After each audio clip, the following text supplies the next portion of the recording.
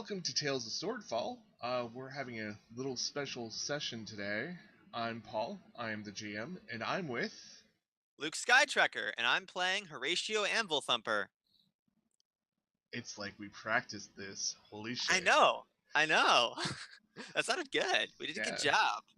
Yeah, We're all pro. Nope, you go ahead. I was gonna say we just need to start cracking like this at the real sessions. Yeah. Yeah, so we're hosting this. We're calling it 4.5 because It's a Luke, special session. yeah, for Luke me. missed. I'm in the special session. Yeah, you are in the special session. Luke missed last week, and I did. not to bog down gameplay too much, I decided to give his character his own special little session. Just for those who are listening, one-on-one sessions are pretty damn intense because you have no one else to back you up or give you ideas or even make that offhanded chuckle remark. And oh dear, I didn't even realize this. Oh snap. yeah, you are probably doing one of the hardest things that a player can do with the GM. So congratulations. Yay! Yeah, skip into the boss level. Here we go. Yeah. That was a really annoying metaphor. I'm sorry. I was gonna say roll for initiative, but don't. Oh yeah, I'm the only one. I'm the only one in my little dream sequence here, so I don't need to roll initiative. No, you are the only one. Okay. All alone. All right, Horatio's ready. I hope. It's been a bit since I've been in character, so it may take me a little bit to get into the swindling mode, but hopefully I'll be able to hop right in. Well, how about this? Tell me what you remember. What was the last thing you remember that happened to your character? I lost a ton of money to my arch nemesis lady, and then I shambled off to the bathroom because I'd feigned indigestion to get out of the poker game, which ended really horribly. For those of you who haven't watched that video, you probably should. That didn't go well. I lost a lot of money. Oh snap! How much money do I have? And for those who are wondering, that was episode 3, part 3, actually, at the very end of episode. Well, not the very end, but I only have 176 gold pieces. That's I lost so much money. Oh man, and you started out with 500 something. I know. This city sucks. Swordfall took all my money. Oh man.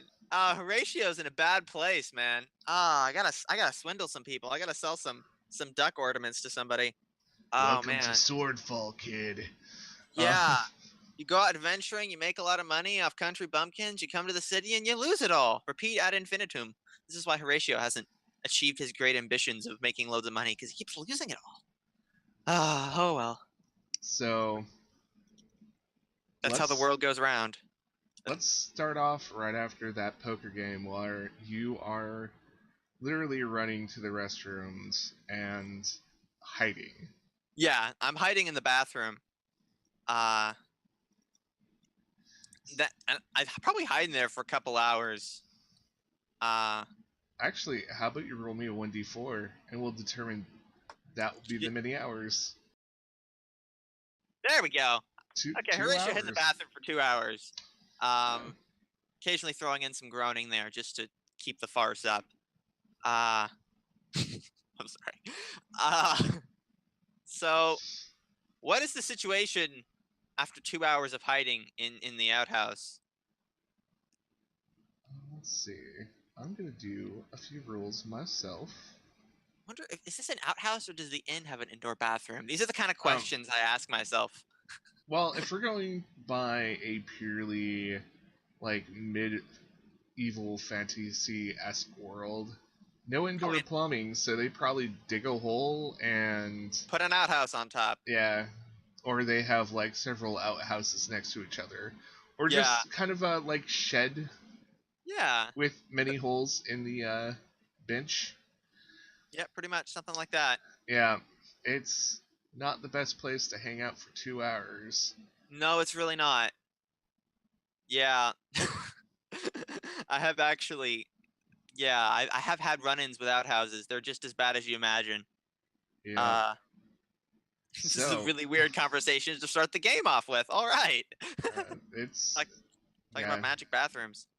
Okay, so I'm gonna do a roll here. That's never a good thing. I'm gonna keep it secret. That's even worse. And I'm gonna have you make a general let's just have you do a stealth roll and see how well you're just staying out of the way. Okay, stealth. Not terrible. Not terrible. Now, I mean, I bet if people really want to listen to the restrooms, they probably could hear you. Well, I did go in there pretty publicly, so I'm not trying to convince people I'm not there. I'm just trying to convince people that I am having a problem, so that they don't come after me and take more of my money. This is Horatio's grand strategy plan: hide from the people who are taking all his money. I gotta find some way to get revenge. Is there like a mercenary guild in this city? I wonder how much it costs, right? Since you've been here before, you can do a history check and see if you remember. If you this just might be good. This might be good. This might be good info to have. Oh no, I got nothing. Now, you are in the mercenary district, but personally, you don't know any mercenaries. I mean, it hasn't been until recently that this crazy lady has been coming after you. Yeah, I should just. It's a pity my party isn't around, because I feel safer with them at least. A little bit. So the night goes on. You spend 2 hours in the outhouse. Yeah. And just chilling. Do you go back to the inn and go to bed, or are you gonna find a different place? Horatio's gonna go back to the inn. He's not gonna let this lady run his life. I do have an armament. I have a rapier. I can also do a thunder wave. Ooh, that could be fun. Okay. But Horatio is not trying to make enemies here, but he kind of already has one. But push comes to shove, he can do something. All right, we're going back in the inn. All right. You go back. You notice that your companions, your newfound companions, are all off in their own separate directions. The bar area is mostly empty except for a few really sloshed over drunks. Even them, they are getting swept out of the room. The mess from the poker game has actually been cleaned up. Oh, that's good. Yeah. So you go up to your room? I would first, I lost a lot of money today. Before I go up and have my little dream sequence, I'd like to go over to a drunk and try to sell him one of my bottles of colored liquid and pass it off as whiskey. Okay. As really fine whiskey. What do I roll for that? Persuasion? Yeah. Well, how do you approach him? Do you are you all swaggery, or do you just light up? Hey there, how's it going, my friend? You having a good evening? Yeah. I can't help but see that you've been having a few drinks for yourself, and I happen to have something very special here. This is some fine whiskey up from the north. You can't find this anywhere in Swordfall. This stuff, they don't make stuff like this. Usually they don't even sell stuff like this around here. It's so pure. Really? Yeah, and I'm willing to sell it to you for an amazing discount, okay? This is a bargain of your lifetime. Most people don't even get to taste this stuff. This is the stuff that the kings drink up in their big fancy halls. And they drink it in these little glasses. And I got a whole bottle of it. Give me a persuasion. I need to make some money. Yeah. I know this is supposed to be about a dream sequence, but I just got in Horatio mode, and I was like, oh, quick, make money. So I'm rolling persuasion. Yep. Oh, no! Horatio, you're stinking luck. Oh. He's drunk, and you can't sell him something. Whiskeys are good there. And Gerald, the dwarven bartender, comes up. Oh, hey, Gerald, how's it going? Well, I need to get all lucky here out. What's that? I need to get lucky. I need to get him out of the bar. He needs to go home. Oh, alrighty. Yeah. Well, could I interest you some of the finest whiskey around. I mean, you run this little bar here. I bet you can make good use of it. I'm always looking for more Now, exports. this is for very fine connoisseurs, of course. This stuff. The kings drink this stuff up in their halls. I want to pull out one of the bottles of colored liquid and kind of swish it around tantalizingly. It's very fine. Not really sure if I could part with it. But I might be able to cut a deal for you, your friend. Okay. Can I roll persuasion on him since he's a different person? Try this again. Yep. You can try to persuade him. Oh, here we go. Horatio's getting in the zone. He nods and he's like, "Let me take care of Lucky here, and here, I'll help you out. Here we go, Lucky. Let's get you home here. You have a good night, my friend." Sounds like it's more going to be Horatio goes off on a little adventure instead of Horatio has a dream. But yeah, sorry about that. I already forgot I was supposed to have. We're just gonna take this wherever it goes. All right, cool. I just got in Horatio's zone and forgot that he's supposed to have a dream sequence. Oh man. So all right. So I help him get Lucky out of the bar. Yeah, Gerald. Kindly but firmly. Gerald takes like one arm and lifts him up. Do you take the other? Yeah. Just kind of. Here we go, Lucky. You're gonna feel all fine tomorrow. You're gonna sober up. You're gonna feel great. You just have a lovely day there, Lucky. Feel lucky. Give me an athletics roll. Lifting drunks is not his strong point. Oh no, this is gonna be. No. Oh, I'm dropping Lucky, aren't I? Actually, have you ever tried to lift up dead weight or just a person who's gone limp? I can imagine that this is not an easy thing to do. No, it's not an easy thing to do. This man, instead of falling really fast on you, he kind of limply falls on you, kind of like he's oozing on top of you and knocks you over. Hey, Lucky, what you doing there, Lucky? Yeah. So should I roll strength to try to get him off me, or? Actually, give me a dex roll to see if you can just like step out of the way. That would be the ideal, and also very Horatio of me.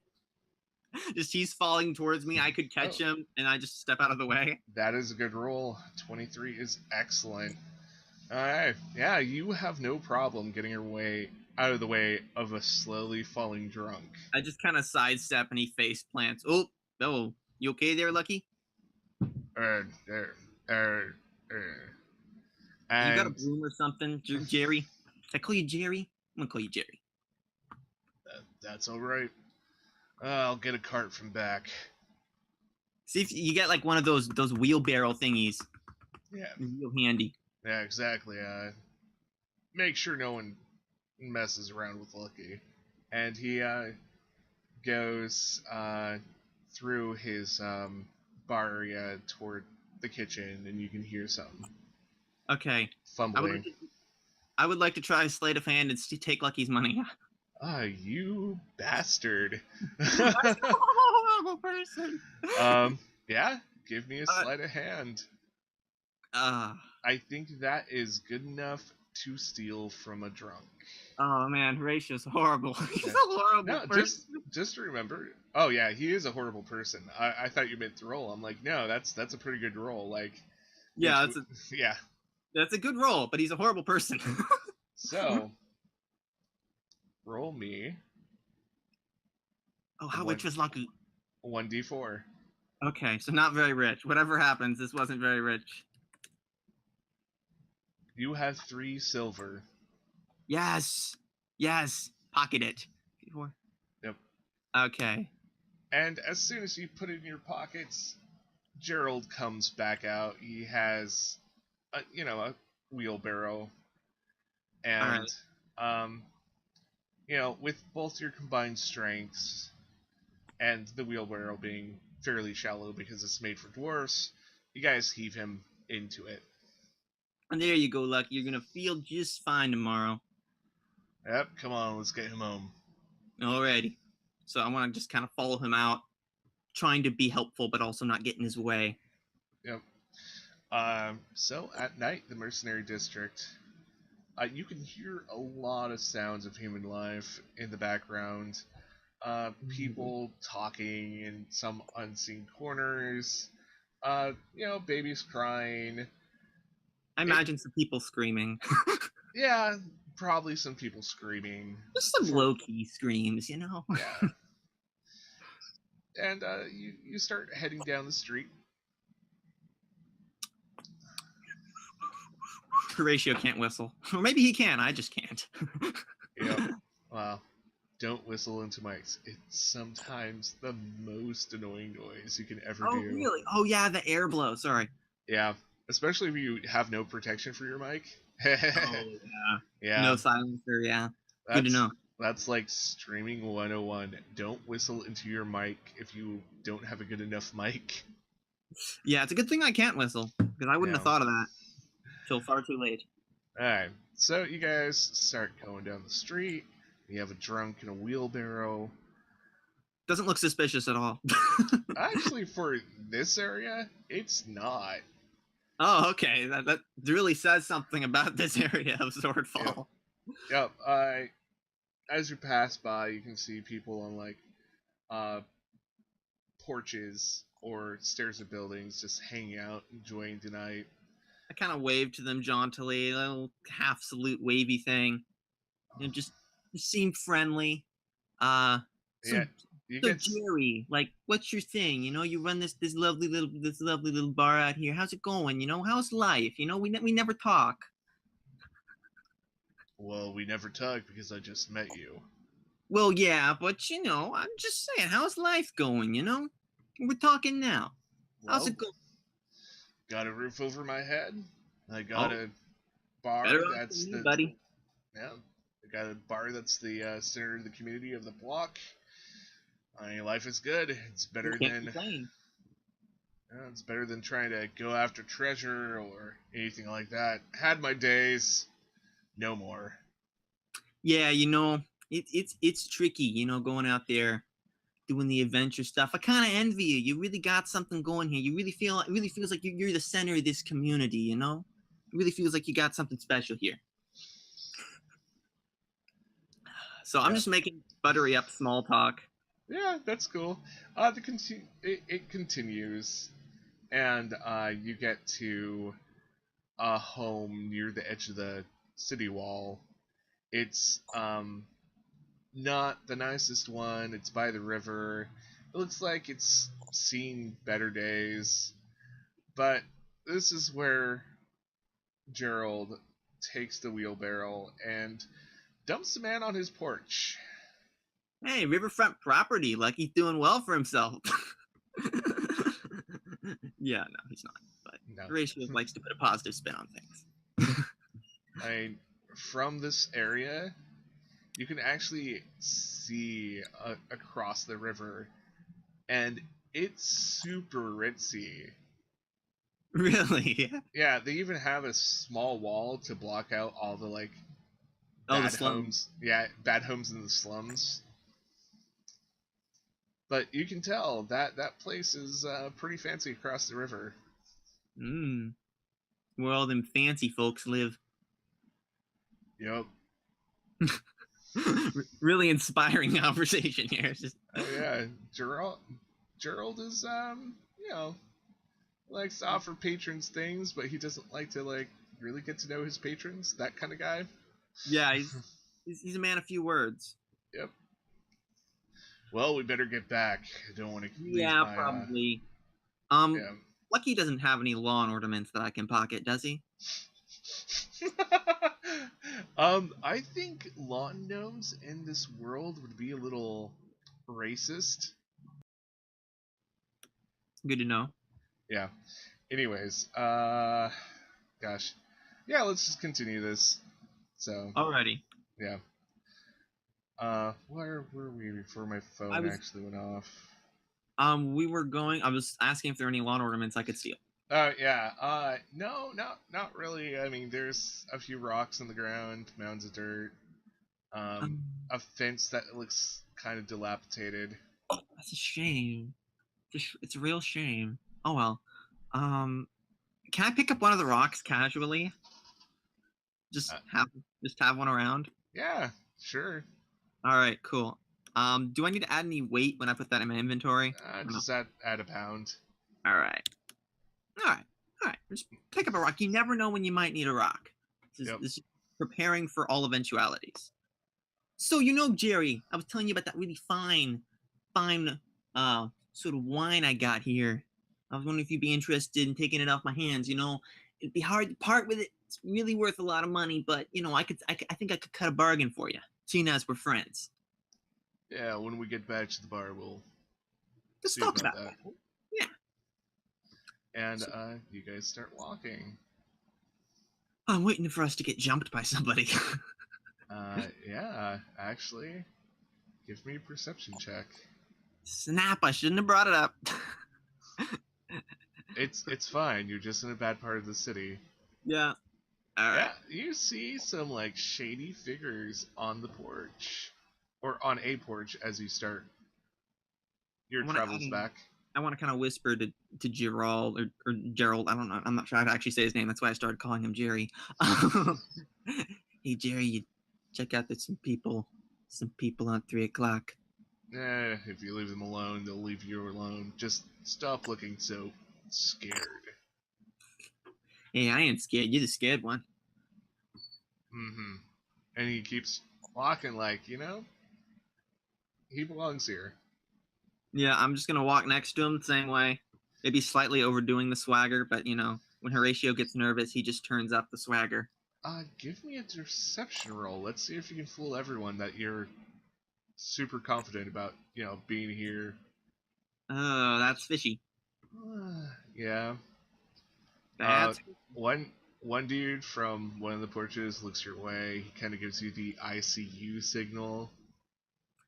Just kind of nod. And Gerald, he's walking in front of you, so you can't really see him looking back, but you can tell there's he's just shaking his head and going, God. This isn't gonna end well. Nope. Keep walking. Yep. I gotta do something. Gotta do a little roll. Oh no. Whenever the DM rolls something, it's bad. Oh, it's good. It's fine. It's fine. Nothing bad's gonna go wrong. Yeah. You start going down, and you can definitely hear now there's someone, trailing you. Hey, Jerry, someone's on our 6. Just don't pay them any mind. All they want is attention, right? All they want is attention or our gold. Either way, they're not going to get it. Yeah. Now we got each other's backs, Jerry. That's what I like about you. Just keep walking. Yeah.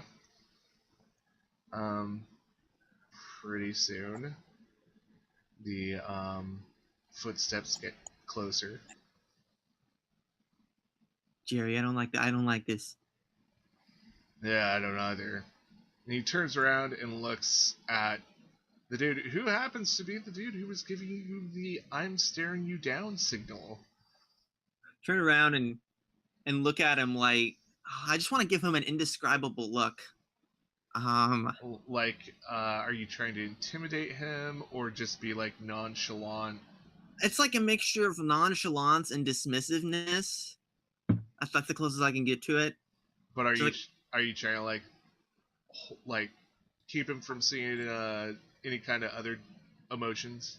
I'm trying to make him feel I guess intimidated. Yeah, I guess it's not like the classical glare. It's just what the heck are you doing here? You're really out of place, man. Yeah. I'm trying to convince him that I'm so full of I'm so sure of myself that he's way out of line. Yeah, that does sound like intimidation. All right, let's just do intimidation roll. Yeah. Oh. Yeah. Oh, did you get my roll? Did that only go on my side? I got that roll. That is a mighty good roll. That is a 20. So. Hey, friend, what you doing here? You know, I'm just walking here. Just walking, my friend. Oh, yeah, you're just walking here, friend. Is that what you're doing? You're just walking here. You own the road. Is that what it is? Yeah, it's a free city. I can walk. Oh, yeah? Well, let's see if you can walk in the other direction. How about that? Gerald just kind of laughs. And the dude who was pursuing you is like, I don't want any problems, friend. I'll just wait until you're out of the way, and then I'll walk. Okay? Oh, you do that. You do that, friend.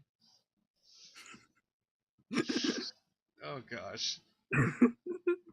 Uh, Yeah. So the dude just kind of like leans on a brick wall and like, you know, does his whole thug thing. Maybe puts a matchstick in his mouth or something like that. Toothpick in his mouth. You know, whatever. And you avoided another combat. Congratulations. Yes. This is Horatio's thing. He doesn't want to make enemies. He doesn't want to get involved. He just wants to make a lot of money. So avoiding combat's good. Combat's good. Which is funny because my only other character I've role played in D&D was the kind of had a giant warhammer and went around bashing people's faces in. So change of attitude, and it's fun. All right. Yep. Yeah. Like nobody else really like follows you. There are just a lot of people out and about. You know, at the end of their day, some are eating, some are like telling stories to each other. I want to kind of like nod to Gerald after the encounter, and just go, "That's how it's done," and just turn around and walk off. Yeah, exactly. He's not really buying your bullshit. No, he's really not, but nah. He doesn't have to. So, you guys get in. The bar has no one in it now. He's locking the door for the night, and he's turning off any lamps. And so it's just the hearth fire. So, about that wine. Yeah. Really fine stuff, you know. This stuff's hard to come by. It's from up north, you know, where they make it all fancy schmancy, and they got the special doodahs and buzzwickets and whatever you call them. They brew it real fine, you know. And usually this stuff, you know, they send it to kings, they send it to lords and ladies, you know, it's real ritzy stuff. But you know, for the right price, I might be convinced to take it off my hands. You know, it's a little heavy.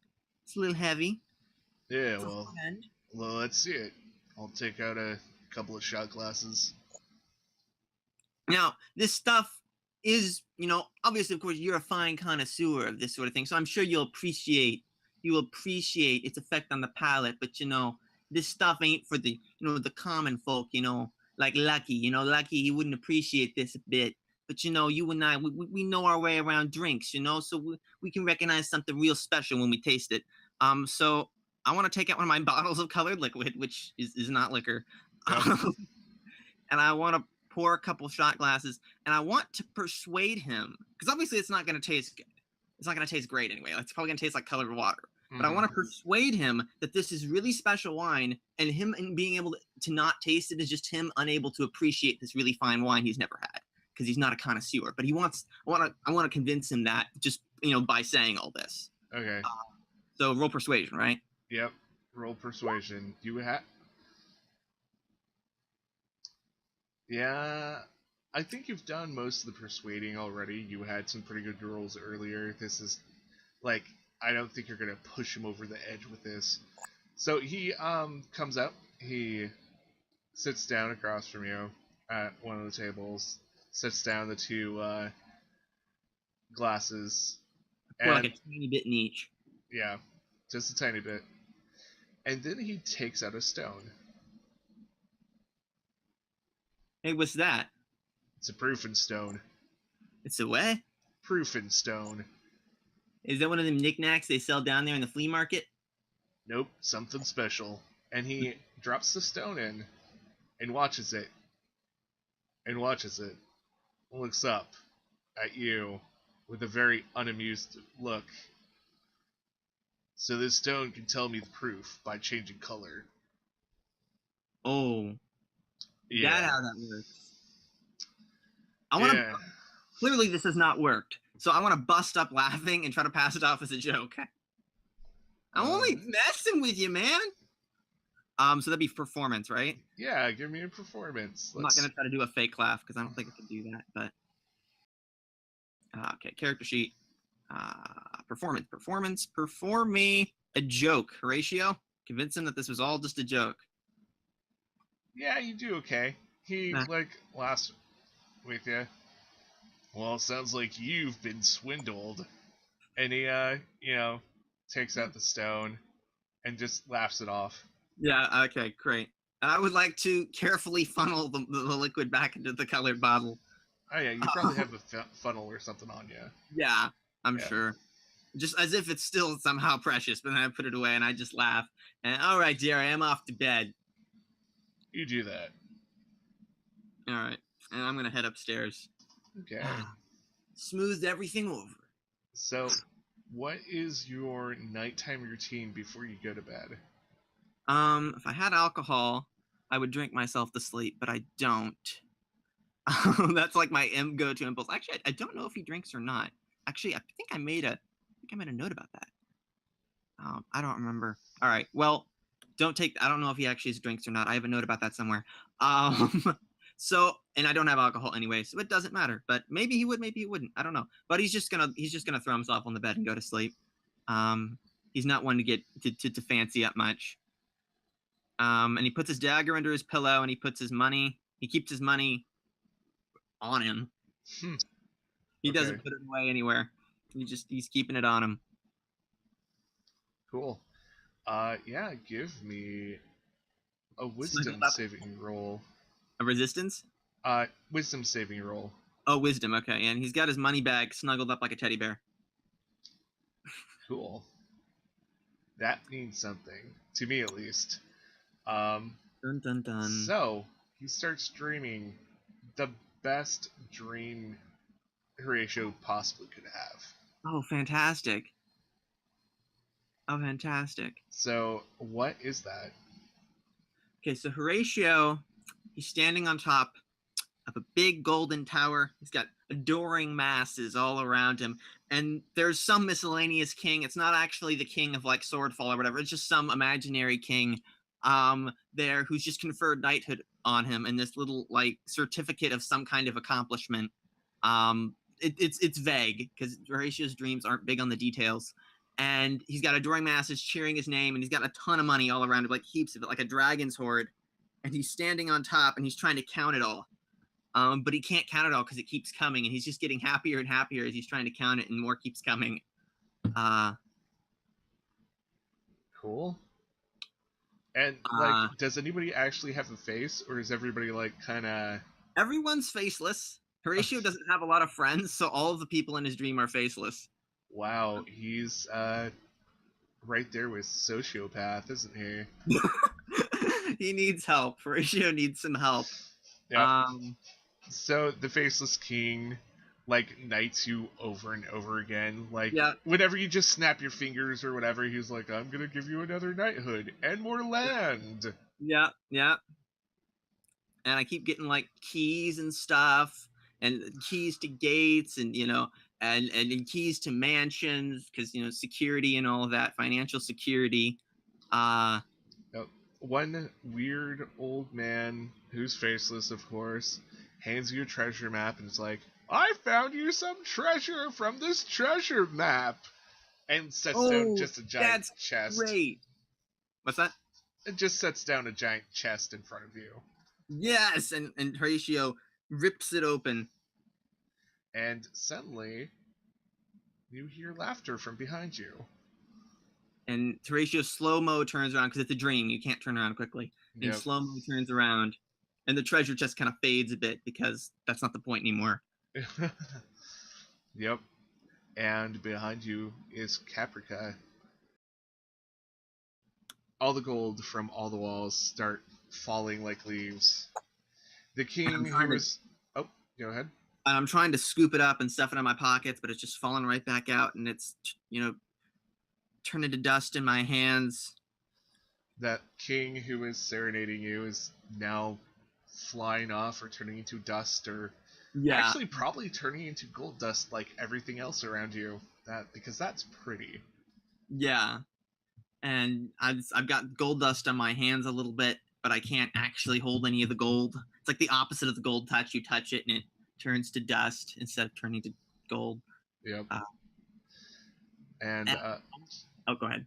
She takes the chest and says, "Well, this will be a good start," and just starts laughing this high-pitched, almost insane laughter. And Horatio's, because this is a dream, he's going to throw himself at her and then just kind of bounce off magically and just kind of start falling down with all the gold dust streaming around him. Yep. And give me an intelligence saving throw. All right. I wonder if Horatio is one of the people where he can realize he's dreaming. I doubt it, because I probably wouldn't be. That's exactly what this is for. Oh. Like, there are things that are nagging at the back of your mind, definitely, that this is a dream. But if Horatio actually recognizes it or not, or is consciously like, okay, I need to get out of this dream, that's all up to you. Wait, I don't have a treasure chest. What you don't have one anymore. And she just throws her head back and laughs even louder. You know, your laugh is stupid annoying. You're an annoying person. You are a freaking annoying person. That is why I ripped you off, because you're annoying. Man, I don't know what he's gonna do, because he this isn't right. This isn't right. This isn't. And he kind of feebly reaches out for the gold dust that's falling around, and I imagine that doesn't do anything.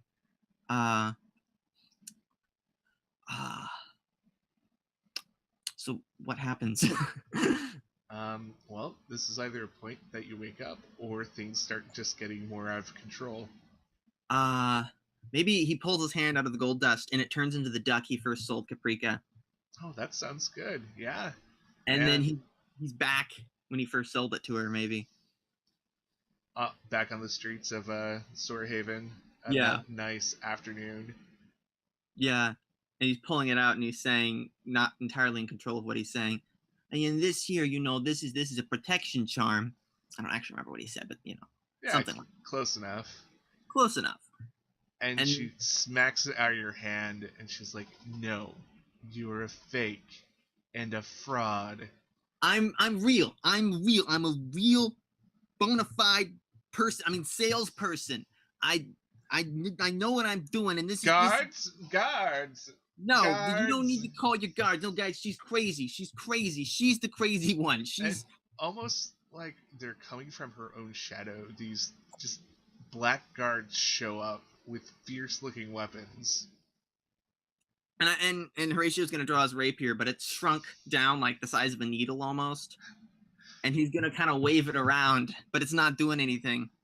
And it turns to more dust and kind of slips through his fingers. The shadowy guards start close again. No, I'm telling you, she's the crazy one. If you would just listen to me, you just listen to what I'm saying. Just listen to one thing I'm telling you. If you would just listen to me. And I imagine he wakes up there. Yeah, probably in cold sweat. Yeah, in a cold sweat. Ugh, I need a drink. I think that's a good place to end. I think so too. Yeah. Well, Horatio has nightmares, confirmed. Yep. Horatio has a lot of problems. He does, and I think that's probably fitting for his character, that he has nightmares. Yeah. Whatever suppressed conscience he has down there. Well, he does dream about, like, becoming really big and faceless people, and he doesn't really care about those people, so... Yeah. Well, this has been awesome. Thank you for participating in this. Thank you for inviting me. This was a fun idea. It never occurred to me to do a roleplay a dream sequence, but I rather like the idea now. Oh, yeah. There's people who try it, and, you know, sometimes it goes really well, and other times not so much. But, yeah, we should outro this, and we can go back to our normal lives and then see each other back again at 7 and roleplay. Yep. All right. So you wanna outro first? But I'll give you the honors. Oh, thank you. As I said earlier, I am Luke Skytrekker. You can find me on Twitter at Luke_Skytrekker. I'm the author of the little-known sci-fi serial Tejfaf, Tejfaf. You can find that out there. There's links to everything on my Twitter. I am Paul Garish. I am the GM for this. You can find me on Twitter at Paul, Paul_Garish, Gerrish. I tweet mostly about D&Ds and puppies, or puppies and in D&D. If you have any like pictures of puppies playing D&D, I might just follow you forever. Anyways, and if you're on this channel, this is the channel I'm running. Like, subscribe, and all that awesome stuff. Interact with us. Love us. Be our best friends. Yeah, we will be bestest friends forever. Draw fan art. Also, if you haven't checked out Luke's live streams, do that too. Oh yeah, I run a YouTube channel. That's a thing. Yeah, that is a thing. And, you know, flaunt my bizarre sense of humor. It's good fun. Yeah, and all that information, if you didn't catch it the first time, is down in the doobly-doo. You all have a nice day, and we'll have another episode up pretty soon. Bye. We will. Bye.